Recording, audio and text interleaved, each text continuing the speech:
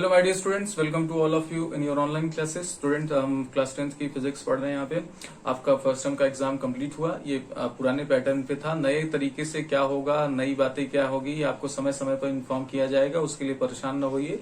हाँ, syllabus download कर लीजिए। सिलेबस आपको जरूर फॉलो करना है, क्योंकि पहले का आप सिलेबस बुक्स में है, आप उसे पढ़ते जाएंगे, बाद में पता लगा कि नहीं ये तो आउट ऑफ सिलेबस है। तो फर्स्ट ऑफ ऑल आप सिलेबस जरूर डाउनलोड कर लें, अपने पास रख लें, उसका पीडीएफ फॉर्म में रख लें या फिर आप उसका प्रिंट आउट करा के रख लें, जैसे भी आपके पास होना चाहिए, क्योंकि आपको समय समय पर ये काम देगा। ठीक है। और जो भी एग्जाम हुआ है उससे रिलेटेड अगर आपका कोई डाउट है तो उसको आप भेज दीजिए कि हमको इस क्वेश्चन में सर समस्या है। फिजिक्स से रिलेटेड आप मुझे भेजिए, केमिस्ट्री के लिए मैम को और बायोलॉजी के लिए सर को आप भेज दीजिए। तो आप अपने अपने सब वो अपने अपने तो आपके जो डाउट्स होंगे वो क्लियर कर देंगे। ठीक है। तो अगर अभी तक तो 10th क्लास में 9th में क्लास में आया मेरे पास डाउट, 12th क्लास में आया तो मैंने उसको सॉल्व करके दे दिया है। अगर आपको अपने क्लास की कहीं प्रॉब्लम समझ में आ रही है तो उसको आप पूछ सकते हैं। हम एक दो प्रॉब्लम आपको करके बताते हैं कि किस तरीके से हम इसको देखते हैं। तो चलिए देखिए, कुछ ऐसे क्वेश्चन थे कि जैसे एक आदमी था, उसकी तरफ पॉजिटिव चार्ज अप्रोच कर रहा था। ये एक पर्सन है, इस पे क्वेश्चन था कि एक पर्सन था और इसकी तरफ पॉजिटिव चार्ज अप्रोच कर रहा है। तो पॉजिटिव चार्ज अप्रोच करने की वजह से करंट मूव करेगा। तो यहाँ पर जो करंट मूव करेगा उसकी मैग्नेटिक फील्ड का पैटर्न क्या होगा। तो आप इसको कैसे किए थे पता नहीं, अभी मुझे आंसर आपके चेक करने बाकी है। तो आप देखिए, आ रहा है पर्सन, मतलब ये करंट आ रही है। तो करंट जब आ रही है तो और मतलब पॉजिटिव चार्ज आ रही है तो करंट भी इधर की तरफ चलेगी, इधर की तरफ। तो इसको मैग्नेटिक फील्ड का पैटर्न कैसे समझ में आएगा, किस डायरेक्शन में समझ में आएगा। तो हम लोग कैसे निकालते हैं, हम लोग निकालते हैं राइट हैंड कर्ल रूल ऐसे करके निकालते हैं ना, कि इसको थंब को किधर की रखते हैं, करंट की डायरेक्शन में, फिर अपने फिंगर्स को रोटेट करते हैं। तो अगर करंट ऐसे आ रही है तो ये थंब ये है, और इसको रोटेट ऐसे करेंगे तो करंट ऐसे मूव करेगा, मतलब इसका जो मैग्नेटिक फील्ड होगा वो ऐसे रोटेट करेगा ना। तो ये ऐसे, ठीक है, करेगा कि नहीं। तो इसे एंटी क्लॉकवाइज में समझ में आएगा। यही क्वेश्चन था, अगर आपने किया होगा तो ठीक है। ऐसे एक दो क्वेश्चन और थे कि फोर्स का डायरेक्शन किधर होगा। तो ये तमाम क्वेश्चन आप फिर से देख लीजिएगा, जिसमें प्रॉब्लम हो प्लीज उसे भेजिएगा, फिर देखते हैं।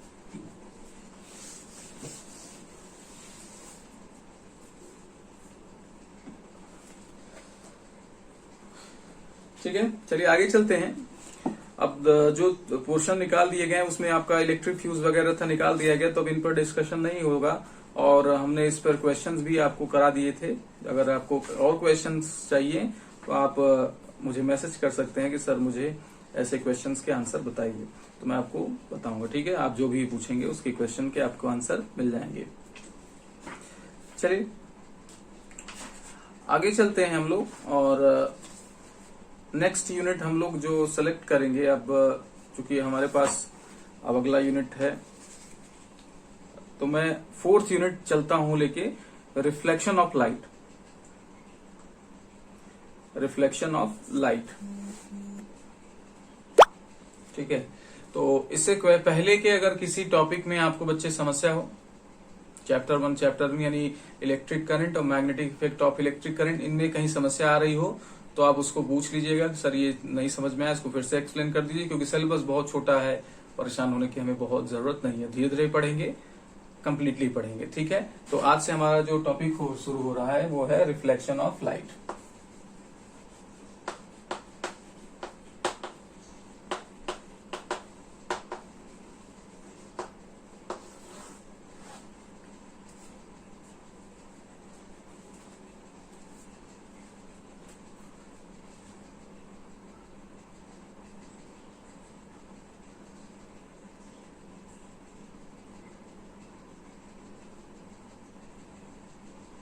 ठीक है।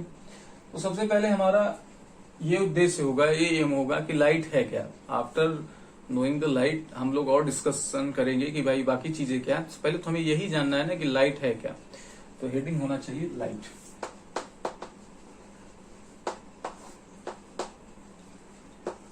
ठीक है। तो आप एक समझिए कि आप एक बंद कमरे में हैं, लाइट ऑफ कर देते हैं, बिजली मतलब स्विच ऑफ कर देते हैं, और आपने बल्ब को ऑफ कर दिया, रात का समय है, तो आपको कुछ नहीं दिखाई देता।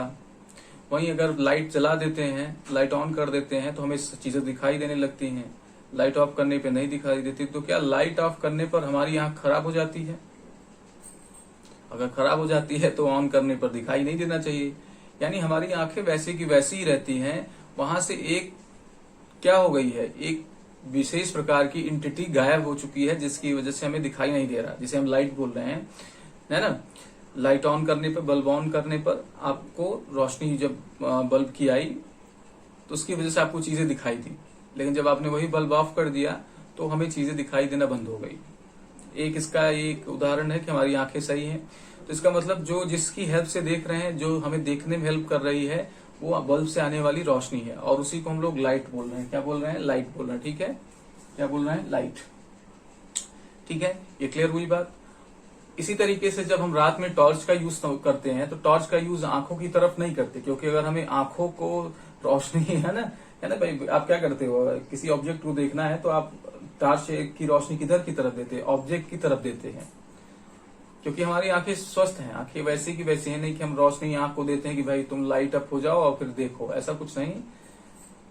ठीक है, तो लाइट क्या है? लाइट एक टाइप ऑफ एनर्जी है। सबसे मेन बात, एनर्जी का फॉर्म होता है। कैसे? कैसे कि अगर आप देखें तो अगर सन से आने वाली लाइट को अगर किसी सरफेस पर गिराइए, किसी सरफेस पर अगर आप रख दीजिए आयरन की खासकर, तो आप देखेंगे कुछ देर बाद उसमें हीट प्रोड्यूस हो जाता है। तो सन से आने वाली लाइट में सबसे बढ़िया हीट है, मतलब ये देखा जा सकता है, इस वजह से मैं कह रहा हूँ। इन रोशनी में भी देखा जाता है, व्हाइट लाइट में भी देखा जा सकता है, लेकिन इसमें गर्मी बहुत कम होती है। पीला वाला जो बल्ब होता है उसमें रोशनी के कारण आपकी गर्मी बहुत ज्यादा होती है, तो उसमें आप कर सकते हैं। लेकिन अगर सीधा सनलाइट में देखें, हम क्यों एनर्जी खर्च करें घर का बिजली, तो सनलाइट में कोई आयरन का टुकड़ा, मेटेलिक टुकड़ा रखते हैं तो देखते हैं गर्म हो जाता है, हीट अप हो जाता है। तो क्यों हो जाता है? क्योंकि सन से आने वाली लाइट में कुछ एनर्जी है, वो एनर्जी हमारी आयरन एब्जॉर्ब कर लेती है, जिसकी वजह से उसकी वो हीट में कन्वर्ट हो जाता है। क्लियर? तो लाइट क्या है? Light is a form of energy. Light एक एनर्जी का फॉर्म है, जिसकी हेल्प से हम बाकी चीजों को देखते हैं। कैसे? भाई मैंने बोला कि आप टॉर्च को जलाते हो तो अपनी आंखों की तरफ न जला के किधर की तरफ जलाते हो? जिधर ऑब्जेक्ट है, जिधर आपको ऑब्जेक्ट रखा गया, जिस चीज को देखना है ना। तो लाइट की हेल्प से हम उस ऑब्जेक्ट को देख रहे हैं। क्लियर हुई बात? तो light is a form of energy with the help of which we see the objects around us, जिसकी हेल्प से हम आसपास की चीजों को देखते हैं। यही होता है भाई, सनलाइट दिन में आ रही है या दिन जब है तो सनलाइट आ रही है, या सनलाइट आ रही है, दिन, दोनों बात एक ही है। तो हम चीजों को बहुत आसानी से देख रहे हैं। लेकिन जब रात हो जाती है, सनलाइट हमारे अपोजिट डायरेक्शन में होता है, दैट मीन्स अर्थ के अपोजिट डायरेक्शन में होता है, तो हमें चीजें नहीं दिखाई देती। तब हम अपने घर में इलेक्ट्रिसिटी या रोड लाइट्स का इस्तेमाल करते हैं सड़क पर चलने के लिए, तो हमें चीजें दिखाई देती। लेकिन अगर वो लाइट ना हो तो हमें नहीं दिखाई दे। क्यों? क्योंकि सन से आने वाली लाइट, जो नेचुरल लाइट हमारे पास है, वो अवेलेबल नहीं है, जिसकी वजह से हमें देखने में समस्या आती है। तो लाइट, कुल मिला के आपको आज क्लियर हुआ कि लाइट है क्या। लाइट, सबसे पहले यही जानना है कि लाइट है क्या। तो आई थिंक सबको क्लियर हुआ। अगर लाइट नहीं क्लियर हुआ कि व्हाट इज द लाइट, तो आप क्वेश्चन में कमेंट सेक्शन में क्वेश्चन डाल सकते हैं कि what is the light, then हम कुछ और तरीके से समझाने की कोशिश करेंगे। ठीक है, तो light is a form of energy.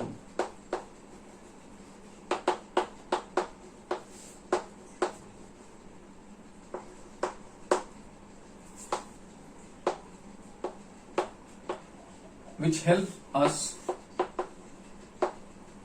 help us to see the object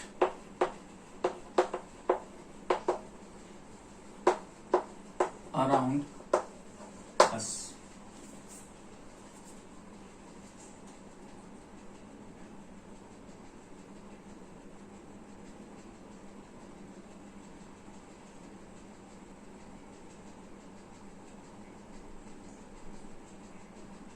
इसको लिख लीजिए अच्छे से।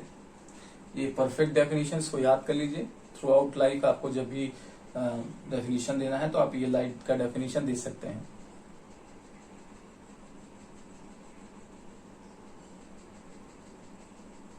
ठीक है, एग्जाम्पल के लिए, ठीक है, आप कुछ भी लिख सकते हैं कि in room we see different objects अब आप अपने कमरे में जो भी ऑब्जेक्ट देख रहे हैं, with the help of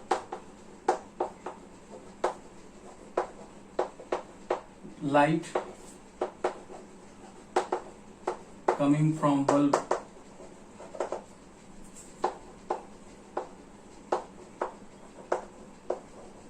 etcetera.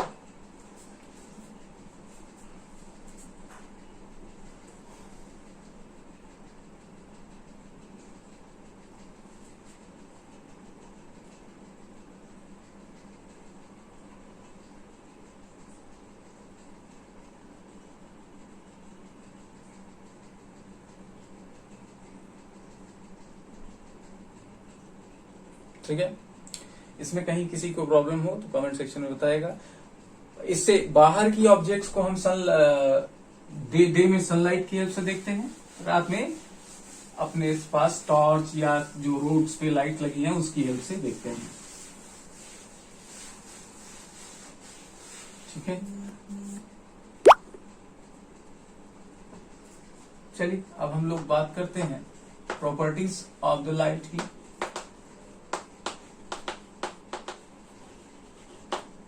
Light की क्या क्या विशेषताएं हैं। ठीक है, तो लाइट, सबसे पहली बात, लाइट किसी मीडियम में और बिना मीडियम के दोनों चल सकती है। मीडियम कहने का मतलब बेटे, जैसे आप है ना बात कर रहे हैं, एक आदमी से दूसरे आदमी से बात कर रहे हैं, तो आप जब बोलते हैं तो आपकी वॉइस हवा के जरिए अगले के कान तक पहुंचती है। तो ये वॉइस जो किसके मीडियम किस के थ्रू गई है, वो मीडियम बोला जा रहा है, एयर मीडियम। तो वैसे ही सनलाइट अगर आप देखें तो सन से चल के हमारे पास पहुंचती है तो सबसे पहले वैक्यूम होता है, यानी वहां मीडियम नहीं है। फिर उसके बाद वो अर्थ के डिफरेंट लेयर्स में, ओजोन लेयर है ना, फिर आइनोस्फीयर, यानी अलग अलग लेयर से होते हुए एटमॉस्फेयर में एंटर करता है। तो सनलाइट किसी मीडियम में चल सकती है और बिना मीडियम के भी चल सकती है, या सनलाइट किसी मीडियम में या बिना मीडियम। जैसे अगर आप कांच की ग्लास में पानी भर दें तो लाइट, अगर आप दूसरी तरफ बल्ब रखें तो आपको देखने में आएगा कि कांच की लाइट से भी कुछ लाइट आपकी तरफ आ रही है। तो वहां वाटर मीडियम है कांच के आपके बर्तन में। तो आप देख रहे हैं कि सनलाइट ट्रांसपेरेंट अगर कोई मीडियम है तो उससे भी पास होता है। ठीक है, तो सबसे पहली बात, light can travel in the transparent medium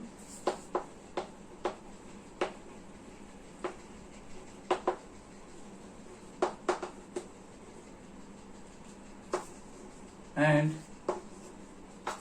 without medium.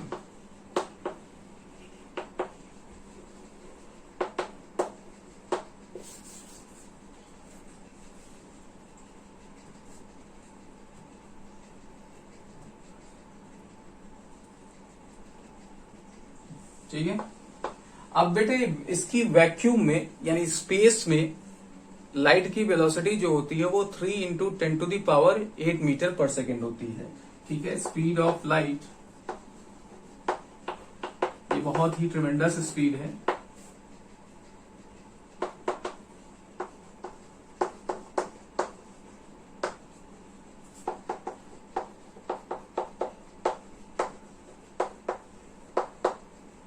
ठीक है, 3 इंटू 10⁸ मीटर पर सेकेंड आप लग रहा है करे नंबर है, तो इसको 3 इंटू 1 2 3 4 5 6 7 8। ठीक है, तो अगर आप इसको लिखेंगे तो आपको पता लगेगा कि किलोमीटर में चेंज कर देंगे तो 3 लाख किलोमीटर पर सेकेंड, यानी एक सेकेंड में लाइट 3 लाख किलोमीटर चलता है। यानी अर्थ के अगर पूरे एक तरफ से एक तरफ जाना हो तो ऐसे कम से कम 50 अर्थ लगा दिए जाए तो ये एक सेकंड में क्रॉस कर सकता है, मतलब इतनी दूरी एक सेकंड में क्रॉस कर सकता है। और ऐसे समझे कि हमारा जो डिस्टेंस है सन से अर्थ के बीच की वो 15 अरब किलोमीटर है। 15 अरब किलोमीटर, हम इसे अपनी जिंदगी में तो नहीं ट्रेवल कर सकते, अपने पास जो रॉकेट है उससे नहीं ट्रेवल कर सकते, है ना। तो इतनी भयानक, इतनी बड़ी दूरी को सनलाइट मुश्किल से 5 से 7 मिनट में, 5 मिनट है उसका समय, ट्रेवल कर लेती है। तो इसका मतलब सनलाइट बहुत ही हाई वेलोसिटी से, हाई स्पीड से मूव करती है। या लाइट कोई भी, चाहे वो सनलाइट कहे, चाहे आपके बल्ब से निकली हुई लाइट, सबकी स्पीड अगर वैक्यूम में देखा जाए तो यही होगी, 3 × 10⁸ मीटर पर सेकेंड। इसको नोट कर लीजिएगा, ठीक है, अच्छे से। अब नेक्स्ट चैप्टर की तरफ हम लोग बढ़ चुके हैं, ठीक है बच्चे। तो अभी आज के लिए इतना ही रखते हैं, फिर नए प्लान के साथ मैं होता हूँ आपके सामने। तो जो चीजें आप पूछेंगे वो भी बताते रहेंगे और नई चीजों को भी डिस्कस करते रहेंगे, ठीक है। तो आज के लिए इतना ही, मिलते हैं नेक्स्ट वीडियो में। Thank you very much.